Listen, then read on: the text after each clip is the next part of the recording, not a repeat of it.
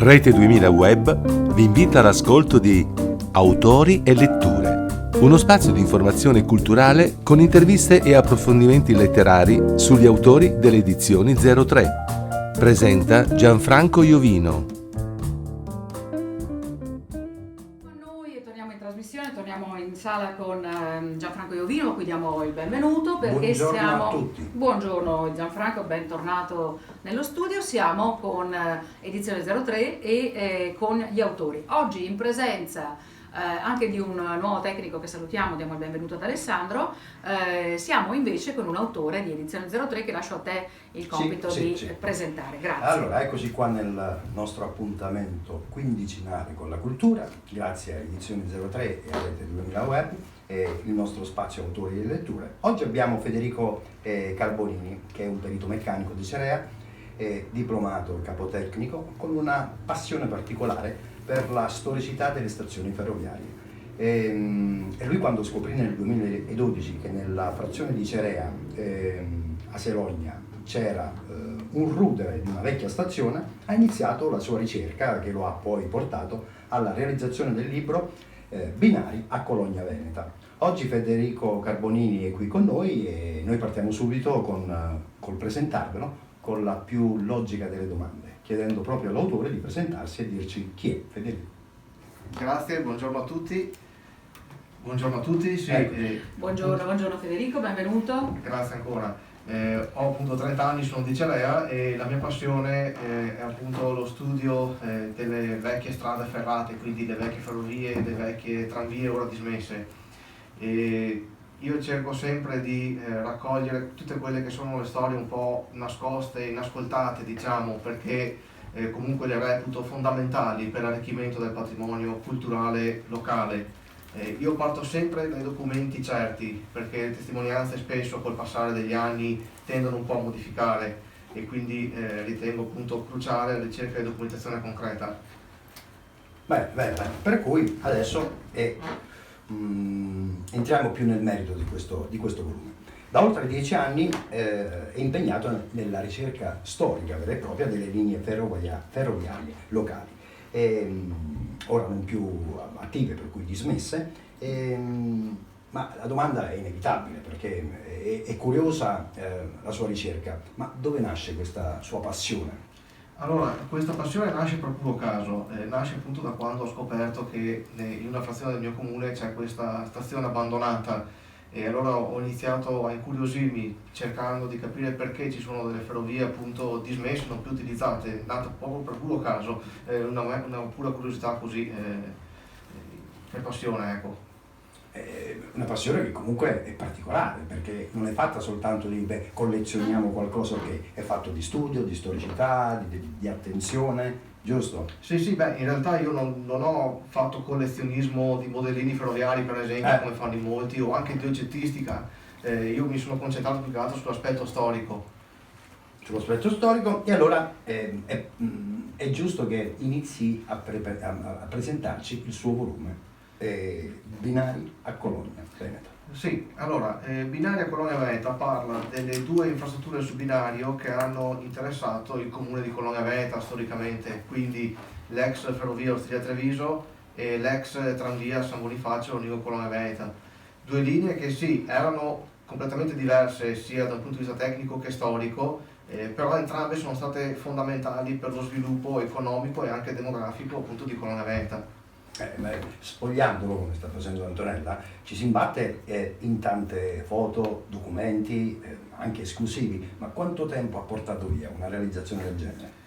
Allora, il materiale l'ho raccolto nel corso degli anni e inizialmente senza prevedere una pubblicazione, appunto soltanto per passione. E poi ho sfruttato i vari periodi appunto di lockdown, restrizioni a casa per riordinare l'archivio e per scrivere, per proporre appunto un primo volume appena fosse stato possibile, insomma. Notavo che tra le tante curiosità del testo all'interno ci sono raccolti molti diplomi d'onore all'Assuntoria per il decorio e la cura del verde attorno alla stazione, ma ci spiega un po' l'Assuntoria, tutta la storia che c'è intorno a questa particolarità? Sì, allora Assuntoria è il termine tecnico per definire stazione alla fine. Le stazioni soprattutto quelle piccole locali appunto. Quei diplomi lì sono diplomi che venivano assegnati appunto alle stazioni che tenevano un giardino curato, per cui sono delle iniziative secondo me lodevoli, perché davano un incentivo al mantenimento del verde attorno anche appunto agli edifici, e ci sono anche le foto storiche all'interno del libro dove si vede appunto un giardino molto curato dalla loro capostazione, insomma. Oltre a questo, qualche particolarità che possa incuriosire chi non sta sfogliando in questo momento il volume, e comunque si imbatte in qualcosa di molto storico, molto particolare, perché parliamo di qualcosa di dismesso, appartenuto a un paese che noi andiamo in tutto il mondo, per cui forse qualcuno non lo conosce. Quali sono gli elementi curiosi che dovrebbero spingere a leggere questo volume?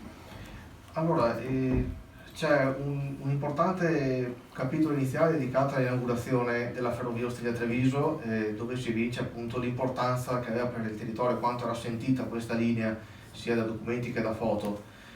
Poi c'è anche un capitolo dedicato alla seconda guerra mondiale, con le varie incursioni di sabotaggi di partigiani, che anche quello è molto importante e anche insomma, interessante appunto da conoscere. E poi anche secondo me io ho trovato molto interessante anche il regolamento per il passaggio del tram in centro a Colonia Veneta, che era un passaggio obbligato per raggiungere lo zuccherificio Eridania appunto, ed era un percorso obbligato quello dal centro di Colonia Veneta, perché all'epoca il fiume Gua passava proprio sull'attuale via principale, poi è stato deviato e quindi è stato spostato anche il percorso tranviario.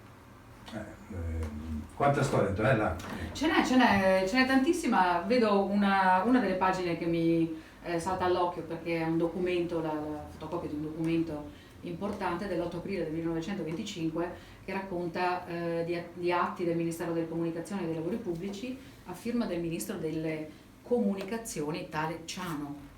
Addirittura. Dunque questa parte di ferrovia probabilmente ha incluso e coinvolto ministeri importanti, persone importanti che prendevano delle decisioni a favore di un territorio che poi ne ha avuto, come diceva Federico, anche dei vantaggi assolutamente per quanto riguarda l'industrializzazione delle comunità e l'accrescimento delle comunità stesse. Sì, assolutamente, perché questa ferrovia è stata molto discussa, soprattutto all'inizio del Novecento, prima della Prima Guerra Mondiale. Tra il 1908 e il 1914 hanno discusso ampiamente in Parlamento per realizzare questa ferrovia e per decidere anche il percorso da farle fare allo Ostiglia-Treviso, appunto. Quindi sì, era ritenuta strategica, soprattutto militarmente. C'è una specie di compleanno, sai, sì. Il 19 aprile, dunque questo atto che ho in mano e che è incluso nel libro di Federico, cita l'8 aprile del 1925 come autorizzazione ufficialmente conferita per l'apertura dei lavori, per l'inizio dei lavori di questa ferrovia Legnano-Colonia Veneta, Ostiglia-Treviso. Sì, perché Legnano-Colonia Veneta è la prima tratta attivata dell'Ostiglia-Treviso, non sono partiti da uno dei due capolinea, sono partiti da un tratto centrale, perché appunto Colonia Veneta necessitava di una ferrovia. Quello è il motivo.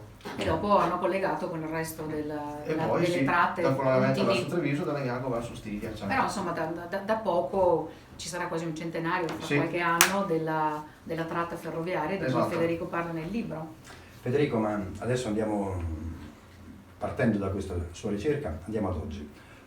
Fino a poco tempo fa l'autostrada e il trasporto su gomma ha avuto la precedenza assoluta, adesso si sta cercando di intensificare anche l'autostrada del mare, per cui i trasporti navali, però poi accendiamo il telegiornale e vediamo che poco lontano da noi c'è una guerra attiva, dove il mezzo di trasporto più utilizzato è il treno, perché sembra quello più sicuro o meno facile da deragliare o comunque da bloccare.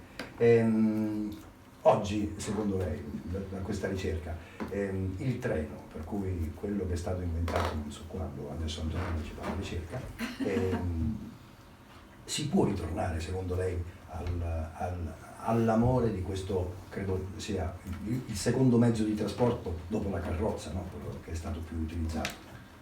Allora, si può tornare sì, però serve un'intenzione veramente forte a livello politico, perché finora dopo la seconda guerra mondiale si è sempre spinto praticamente solo sul trasporto su gomma. Io questo discorso lo faccio spesso agli amministratori anche locali, che quando si trovano i cittadini che si lamentano del tanto traffico stradale, come soluzione dicono beh, realizziamo una nuova strada. Io dico no, se è una nuova strada spostate il traffico ma non lo diminuite, per cui bisogna puntare sulle ciclabili per il trasporto appunto di cittadini e sui treni appunto per il trasporto merci, e anche sull'interazione tra le due infrastrutture, perché c'è anche adesso il discorso bici più treno che in alcuni comuni viene già adottato. Quindi sì, secondo me si può tornare, però è un processo lungo e servono anche delle intenzioni serie ai piani politici alti. Anche perché l'Italia ha tante belle strade ferrate, super evolute, ma ci sono ancora dei tratti monobinario, per cui bisognerebbe fare tanto investimento.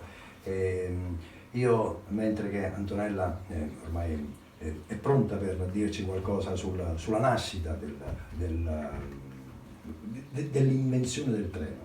Beh, è una cosa abbastanza complessa, ho visto, perché sì, non è una cosa facile, non è che sia nato da un giorno all'altro uno che dice, beh, sai cosa faccio? Io quello che so di certo per le mie origini, sì, che il primo tratto ferroviario è stato famoso. Portici-Napoli. È famoso per l'italiano, no? E sono stato anche al museo, ma io a te chiedo molto di più.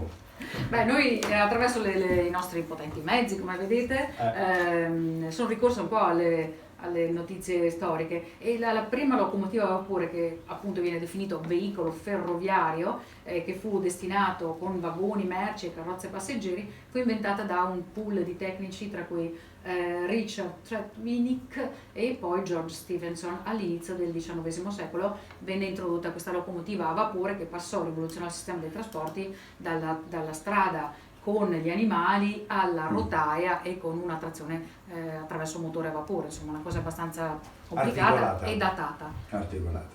Sì, adesso mentre che parlava Antonella mi ritorna come flash d'immagine, di ricordo, il vagone che viene messo qui in piazza Bra a commemorazione del giorno della memoria, per cui questi binari raccontano proprio l'Italia, secondo me, in tutte le sue evoluzioni. E non è solo trasporto di persone, di bestiame, di merci, di evoluzioni, e credo che comunque non verrà mai abbandonato.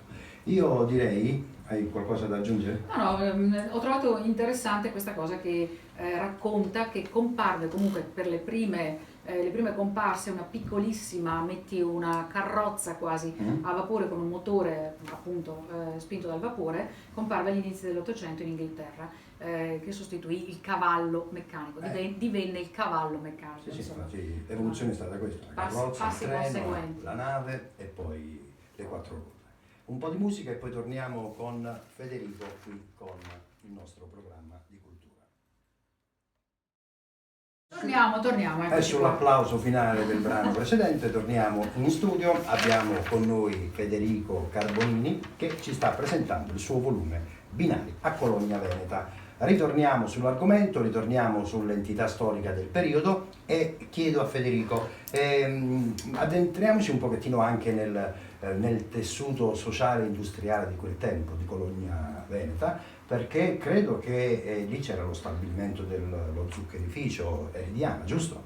Sì, c'era appunto lo zuccherificio Eridania e ne ho parlato nel mio libro perché era raccordato prima con la tranvia, poi con la ferrovia, per cui non potevo non parlare anche dell'importanza che aveva lo stabilimento, e anzi è stato proprio lo stabilimento una delle cause che ha portato a costruire la nuova ferrovia stile Treviso a Cologna Veneta, perché in quel periodo lo zuccherificio era appunto raccordato con la tranvia, che però era diventata ormai obsoleta, sottodimensionata, non riusciva più a svilupparsi lo zuccherificio, e quindi Giberto Rioveni e Valenti Gonzaga, di chiare origini mantovane ma eletto nel collegio di Cologna Veneta, aveva portato questa cosa in Parlamento, questo discorso appunto che Cologna Veneta necessitava assolutamente di una ferrovia anche per lo zuccherificio, per cui sì, parlo anche dello zuccherificio che è stato uno dei primi a livello locale ad essere chiuso, perché ricordiamo poi che negli anni 60 c'è stata la crisi del Rovereto e poi un po' tutti hanno chiuso gli zuccherifici.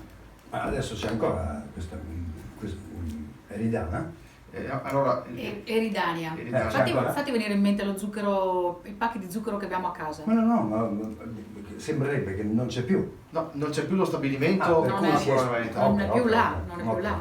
Benissimo, benissimo. Hai qualche domanda specifica sullo zucchero? Quanto costa lo zucchero? Adesso cambiamo argomento. No, volevo chiedere invece a Federico, mi piaceva molto sottolineare quella cosa che raccontava prima dell'ambiente, dei giardini intorno alle stazioni che venivano valorizzati nel momento dell'apertura e anche premiati, poi ho visto, no, con quei diplomi. È rimasto qualcosa di quel giardino, era un valore aggiunto perché era anche un motivo di lavoro e di incontro, la stazione. Anche durante i suoi studi si è dato un motivo preciso perché ci fosse tanta attenzione per la cultura di quel verde intorno a una stazione poi alla fine. Beh, allora parliamo comunque di un periodo storico nel quale le ferrovie erano molto più importanti e considerate rispetto ad oggi.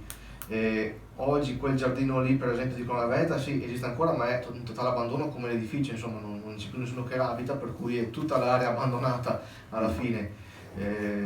Però sì, all'epoca c'era questa sensibilità perché comunque la stazione veniva vista come biglietto da visita del paese, spesso le cartoline presentavano la stazione come foto, per cui assolutamente c'era un interesse sia da chi le abitava sia evidentemente dalle ferrovie dello Stato, insomma, per mantenere curate queste aree. Certo, un motivo di abbellimento e di eccellenza. Certo, e mantenerle, posso Gianfranco, certo, mantenerle ad oggi in maniera decorosa, se non che valorizzarle, potrebbe essere anche un buon motivo per dare spunti di turismo lento, di turismo non aggressivo e non fatto di folle, ma di usare percorsi alternativi alle autostrade che raccontava, di cui parlava prima Federico. Le possiamo fare una mozione, tu che sei di Celea, di Cologna Veneta, potrai presentare questo libro ai tuoi amministratori dicendo sarebbe possibile recuperare questo? Saremo vicini a te come radio e come cittadini, potrebbe essere un'idea. Certo. Federico, l'ho letto, adesso non ricordo dove, 9 persone su 10 quando gli chiedi cos'è la stazione dicono un posto dove si parte, nessuno dice un posto dove si arriva. C'è qualche motivo secondo lei perché la stazione è vista come un luogo di partenza e non di arrivo? Beh, forse uno dei motivi è perché tendiamo sempre a vedere l'erba del vicino più verde, si dice, cioè tendiamo spesso a pensare che gli altri luoghi siano più belli dei nostri e quindi tendiamo a pensare che nessuno verrà mai da noi a vedere i nostri luoghi, le nostre città, i nostri paesi. Sempre anche nella mia zona, appunto, la Barcellonese, qua non c'è niente, si dice, perché solo campi, invece no, è proprio perché c'è un territorio unico che ci sono solo campi che vengono anche a vederli, però dobbiamo crederci noi per primi quanto abitanti del territorio. Allora mi inserisco con un consiglio, taglio l'aria così, anche se sono la casalinga delle buone vibrazioni, si dice pianura, la pianura veronese, perché già nelle eccezioni verbali del Veneto, del veronese, dire la bassa implica già un'idea di una zona depressa, che è una depressione, che c'è una depressione geografica, fisica, va bene, ma che non sia comunque la bassa, considerata la bassa di Verona. Certo. Mi fa piacere, questa è una... Non essendo veronese forse non cogli la sottigliezza, in tutta Europa, in tutto il mondo, e la mia domanda era tutt'altra. Ma lo so, infatti io mi sono inserita a gamba tesa. Allora lo chiedo a te, Antonio, perché quando si va in stazione tutti dicono vado in stazione, sto partendo, per cui si ha questa idea di allontanarsi da qualcosa attraverso il treno e nessuno dice la stazione è un punto di arrivo. È un peccato questo, non lo so, non ti so rispondere. Io direi che è perché abbiamo come cittadini, come umani, l'ansia del viaggio, della scoperta, della ricerca di qualcos'altro di diverso. Quello che c'è intorno a me lo conosco già, immagino una stazione come un punto di inizio di un viaggio per scoprire qualcos'altro. Però per gli altri che non sono qui, potrebbe essere sicuramente, come dici tu, un viaggio per arrivare. Forse perché la stazione, il treno segue una linea specifica, non può variare, non ci possono essere grandi stravolgimenti o cose che ritardano quel viaggio, allora lo vedi sempre come il mezzo che ti permette di allontanarti da qualcosa. E invece la stazione è anche un punto di arrivo. Andiamo avanti, Federico, lei ha collaborato attivamente anche con amministrazioni e tecnici incaricati per la realizzazione della pista ciclopedonale Treviso-Ostiglia, giusto? Sì, perché c'è un progetto strategico a livello regionale appunto di realizzare una pista ciclopedonale sulla vecchia ferrovia Ostiglia-Treviso di fatto. Un progetto già in parte realizzato perché da Treviso fino a Montegalda un po' più di metà è già ciclabile. Nel Veronese manca ancora, però c'è già lo studio di fattibilità pronto e c'è già un progetto in mano a Veneto Strade, è già stata finanziata e io ho collaborato appunto sia con gli amministratori locali per dare degli spunti, delle idee, proporre anche degli eventi promozionali, ma anche con i tecnici perché ho dato a loro della documentazione tecnica storica per agevolare appunto la progettazione. Un'altra sua passione ancora, visto che il tempo inizia ad assottigliarsi, è quella della fotografia, che lo ha portato a vincere anche il bando provinciale Salviamo il Novecento. Sì, allora in realtà non sono un fotografo per passione, quel bando lì è stato vinto dall'associazione della quale io ero presidente, a Treviso Stile 13.6, e l'abbiamo vinto proponendo appunto una mostra fotografica con le foto storiche dello stile a Treviso. Questa mostra è stata portata in più comuni anche a Colonia Veneta ed ha ricevuto parecchie dediche sul libro da parte delle persone, insomma, dei visitatori. Bello. Federico, abbiamo conosciuto tante altre cose di lei, per cui non soltanto uno storico affezionato a un rudere che invece ha tanta storia contenuta in sé, che è la stazione, fotografo, anche impegnato in qualcosa che si avvicina al treno, perché è una ciclo pedonale, comunque è una strada, e qualche altra cosa adesso su di lei in maniera più privata, più personale, cos'altro fa? Beh, allora, in genere le persone mi definiscono un po' appunto un giovane di altri tempi, non solo per la passione che ho, che è appunto abbastanza unica, ma anche per il tipo di carattere che ho e per l'approccio che ho ai problemi, insomma, perché per me valori come l'amicizia, la lealtà, la fiducia sono fondamentali e quando ci sono dei problemi cerco anche di risolverli agendo sulla causa e non sulla conseguenza, come spesso accade ai giorni nostri. Purtroppo nel nostro periodo storico noto una società molto fluida che tende un po' a volerci tutti simili, tutti uguali, ma invece io ritengo che la normalità stia nella diversità e che ognuno di noi è unico e irripetibile. La normalità è nella diversità. È nella diversità. Bravo, sì. Federico. Con aggettivi, siamo ai saluti, spieghiamo ai radioascoltatori perché ha scritto un libro sulla stazione di Colonia Veneta e perché i radioascoltatori dovrebbero acquistarlo. Allora, sono partito dalla linea Ostiglia-Treviso appunto come argomento iniziale, solo che non potevo fare un libro su tutta la ferrovia perché diventava una cosa improponibile, troppo voluminosa, insomma. E allora dovevo partire e sono partito da Colonia Veneta perché è il capolinea del primo tronco ferroviario dello Ostiglia-Treviso, quindi storicamente mi sembrava più opportuno partire da Colonia Veneta. Per quanto riguarda la motivazione, perché io non racconto soltanto dei treni che passano, cioè comunemente si tende a pensare a un libro su una ferrovia, sì, si parla d'apertura, treni che passano, magari la guerra, la chiusura, invece no. Il mio intento è quello di raccontare tutte le storie collegate, cioè per me il treno è un filo conduttore di varie storie, come appunto ho parlato dei diplomi, dello zuccherificio e altre, quindi invito tutti quanti all'acquisto per appunto verificare le varie storie collegate a questa ferrovia. È il caso di dire che lei non parla di treni persi, per cui occasioni perse, esatto, ma di treni che ritornano e ci sono stazioni ad accogliere questi treni che portano a grandi viaggi e a grandi sogni. Noi siamo ospitati ovviamente da Edizioni 03, lei è un autore di Edizioni 03, è giusto anche chiederle l'esperienza con Edizioni 03. L'esperienza molto positiva, consiglio a tutti ovviamente di affidarsi a Edizioni 03 per le proprie pubblicazioni perché ho trovato molta professionalità, molta serietà e anche disponibilità. La qualità finale è eccellente e anche i prezzi sono contenuti. Per cui ha fatto un ottimo spot. Federico, siamo ai saluti, io la ringrazio per averci portato questo tracciato storico così importante, ricordiamo nuovamente il testo e il titolo, Antonella. Certo, arrivo, eccomi qua. Federico Carbonini, binari a Colonia Veneta, Ostiglia, Treviso, San Bonifacio, Lonigo e Colonia Veneta. Un interessante excursus storico, ma anche mappe, ma anche dati tecnici, bellissime fotografie della stazione e di tutte le parti tecniche e anche ambientali che hanno circondato la stazione stessa, corredato da un sacco di notizie storiche. E la invoglio, ce ne sono tante di stazioni dismesse, per sì, cui a proseguire questo suo lavoro, perché non è una passione, è un vero e proprio lavoro di riqualificazione di qualcosa che non c'è più, che quel rudere che adesso è lì ad aspettare delle cure. Sì, chissà quanta Ci storia, auguriamo. Certo. ha visto transitare. Grazie Federico. Ci sono un sacco di famiglie fotografate anche qui insieme, no? Sì. La famiglia Masiero che ha fornito, credo, Era l'archivio. la capostazione Masiero. Addirittura. Sì.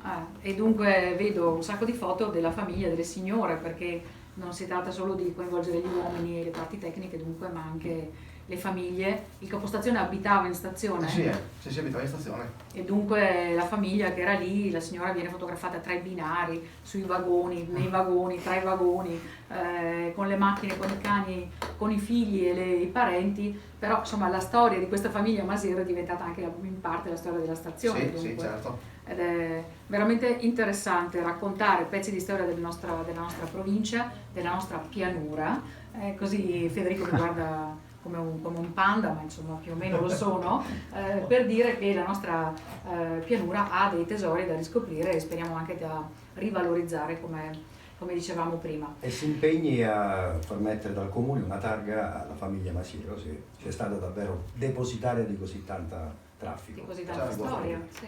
Grazie Federico. Peccato che Grazie. vada dimenticato. Grazie molte Federico, grazie molte alle edizioni.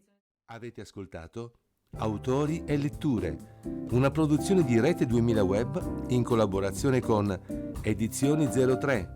Ha presentato Gianfranco Iovino.